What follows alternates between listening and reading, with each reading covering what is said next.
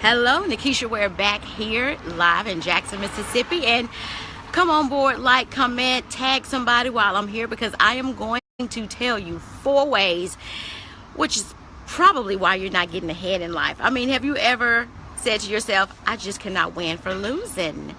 I cannot catch a break, especially when you're talking about money, okay? Have you ever struggled with just eking by in life? Have you ever wondered, when am I going to catch a break?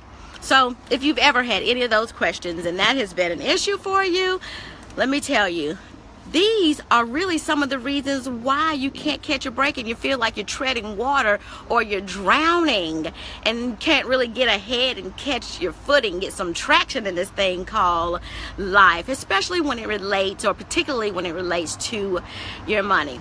First reason that you're having this issue is because of inflation. Guys, inflation is, simply put, you don't have to have an economics level lesson to understand that inflation just means that while the cost of living and the things that you have to function in life, while those things are getting higher, your salary, your income is plateauing or staying the same. Your utility bills, the gas, fuel, insurance costs, what else? Cell phone bills. All of these things, what you have to have probably on a very residual basis, are costing you money, but yet you're not generating any additional income at your job, at your job, to accommodate the rise in inflation. So that's an easy one. That's one reason why you can't get ahead. You're not making enough to cover the increase in just the mere cost of living. The second thing, tax protection. Not enough people understand the game of taxes. So this is what I experienced. And you know, we all bought that bill of goods, go to school, get good grades, get a degree, or maybe you went to your job straight out of high school, or you went to community college, or you got a 4-year degree, whatever the case. Guys, you started making money and you learned about taxes. Yay, drop a 1 when you if you're start working your job and you were like, you got your first, my first gig was, I think my real gig was a teaching job, and at the time I think I was making $26,000 as a teacher. Y'all, when I got my check, drop a 2 when you got that first check and you just called your mom and dad. It was like you were just crying because you were like, what is really going on?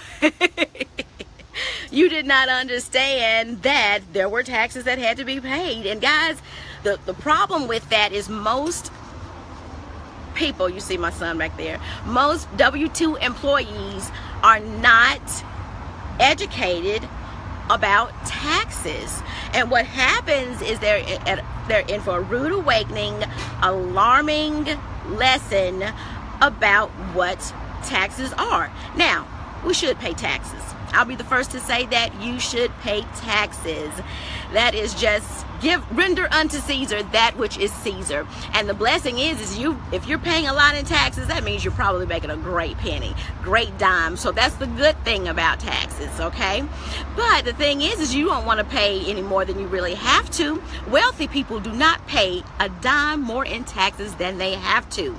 And that is a lesson that W-2 employees need to learn. And this is why.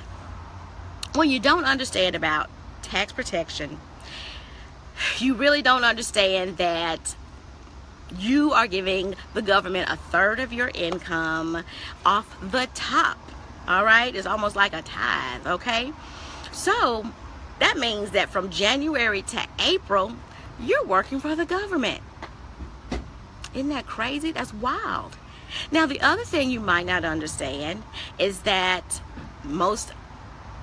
all wealthy people have the tax coverage, and it's because they educate themselves on what they can get and bring back home, okay? The second thing that I also want to say, well, the third reason that's keeping you behind, of course, we said inflation, not being educated on tax protection. The third reason is debt. Most W-2 employees incur debt. And how do they do it? School loans, department credit cards, mortgages, car loans, paying tuition for their kids, payday loans. So they're constantly digging this huge hole, creating mounds and mounds of debts as a W-2 employee. And guess what? Now you work for the banks from May to September, or in some cases October. Okay, so you've given a third to the government.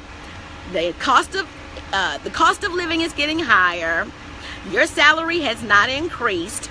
And maybe, for example, school loans. Of course, if you were in education like myself, you just believed and had a misguided notion that, hey, I'll get a degree and I'll make more money. But what you did not take into consideration or take into account is that if you didn't pay for it out of your pocket, you had to get the school loan. And many jobs when you first got out did not pay you enough for the cost of living and to pay off that student loan. So in education, guys, drop a 3. If you were a teacher and you saw your school district's pay scale and you were like, oh, okay, I can get a master's, I'll make a little bit more. Oh, if I get a specialist, I'll make a little bit more. So you know what the expectation was. You need to reach for that. And if I get a doctorate, I'll get a 4A license and I'll make a little bit more. Well, every time you did that, what happened? Drop a 5 if you know what a tax bracket is. So that got you into another tax bracket. So now you've got the student loans. Uncle Sam is taking a little bit more. Remember, that was the second reason, because lack of knowledge of what tax protection really means. And so now you've got a job that is not paying you enough over 3 to 5 years to pay off that student loan. So now W-2 employees are working from January to October to the government and to the banks. No wonder you feel like drowning. Drop a 6 if you felt or you know somebody who has been drowning in that situation. So the fourth reason, after inflation, after just not knowing about tax preparation and being, in that case, ignorance is not necessarily bliss. 3, being a W-2 employee and incurring more and more debt.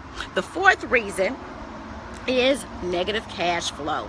So oftentimes, because of the inflation and you're working for the government and the banks from January to October, now you're thinking, oh my goodness, how can I put a little cushion for the pushing in my account?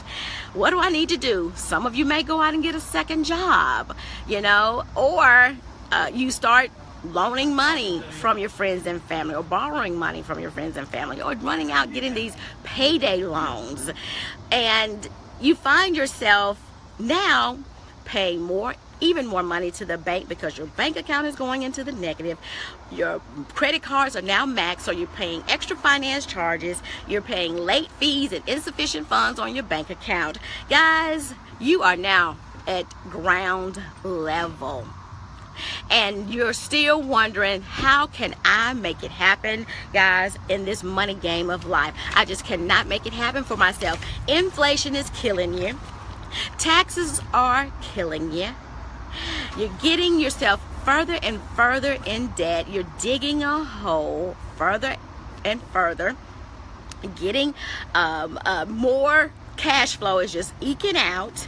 Guys, what do you do in a situation like that? The problem is not necessarily getting another degree or getting a second job, because what the government has already told us is that if you continue in that trend, by the time you're 65, you'll either be dead broke, still working, or number 4, depending on somebody else like the government or your family, or you're depending on somebody for the bare necessities of life.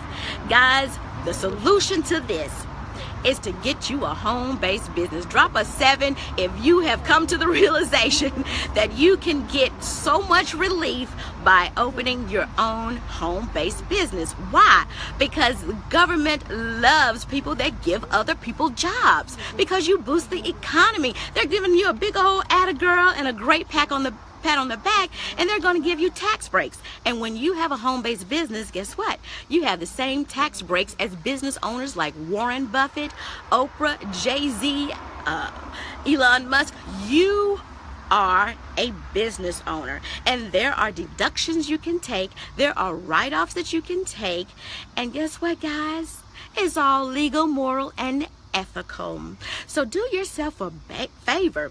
Decide that you're going to get rich off of your money and not the bank and the government. So guys, I just wanted to run back over those things to help you keep money in your pocket, to help you get ahead, to keep more money in your household, to get more bounce to the ounce, to put a little bit more paint where it ain't.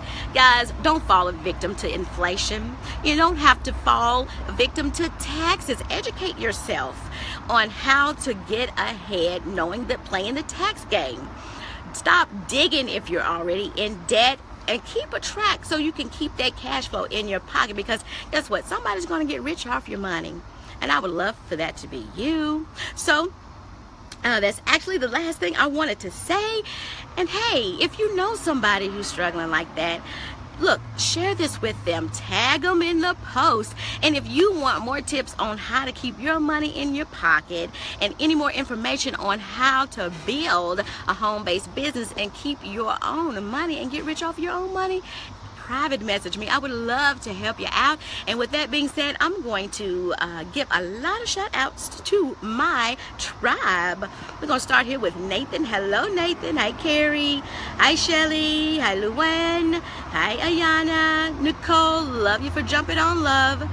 Hello, Aaron. Hi, Aaron. Hi, Obi. Hi, Cats. Hey, Chad. Hey, Char. Hi, Caitlin. Hi, Courtney. Guys, I am so glad that y'all jumped on, and I thank y'all for tuning in. I love y'all for that. I'm very grateful for my tribe, people that are really out there helping folks get ahead in life. And with that, I want to tell you thanks again, and I'll turn you back over to your regularly scheduled program.